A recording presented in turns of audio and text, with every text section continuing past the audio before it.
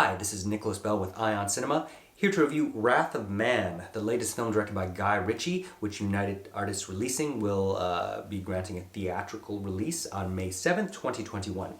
So if you are truly a Guy Ritchie fan, back from when he first struck out with his debut 1998's Lock, Stock, and Two Smoking Barrels, I think you might be in for an unexpected treat because Wrath of Man feels like a return to his roots in several ways. Sans some of the comedy of that film and Snatch.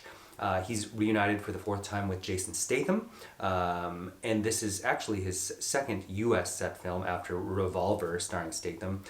Revolver was scripted by Luc Besson. This film is a remake of the 2004 French film Cash Truck, directed by Nicolas Boukrieff.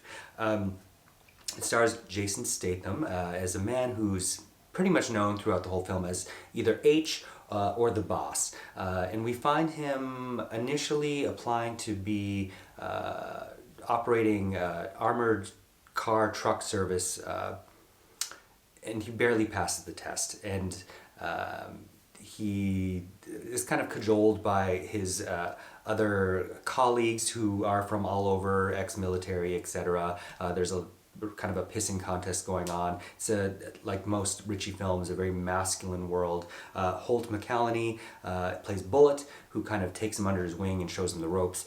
Some of the others don't warm to him as quickly, such as Boy Sweat Dave, played by Josh Hartnett. Kind of the only real female character is Dana, played by Nev Algar, recently of Censor, which premiered at Sundance this year. Quickly, we learn, almost as fast as his team does, that he's not all he appears to be. After there's a holdup, he seems to be quite good at killing. There's a team of people that hold up their armored truck run by Post Malone. Pretty soon we learn that there's this other nefarious crew of people that are led by Jeffrey Donovan. And amongst his crew you have Raúl Castillo and Alonzo.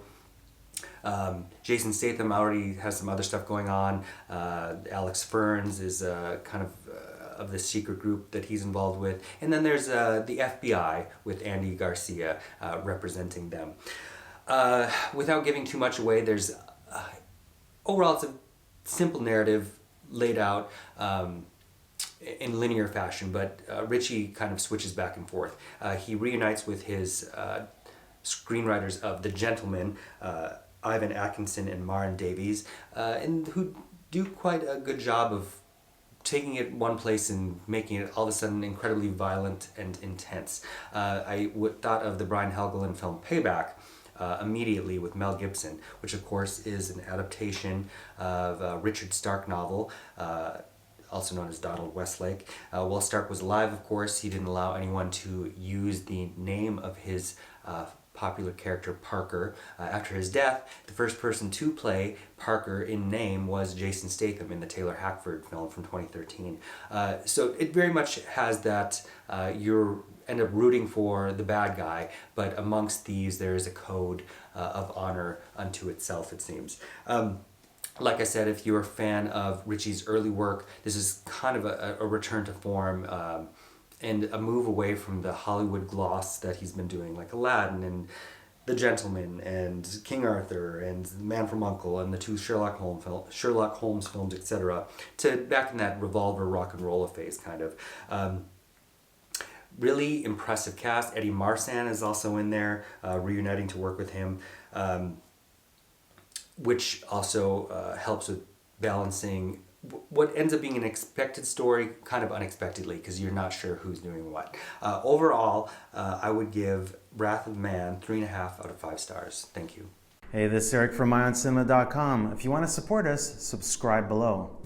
For more reviews, interviews, film festival coverage from Sundance, Cannes, Toronto, you want to check out these guys on this side.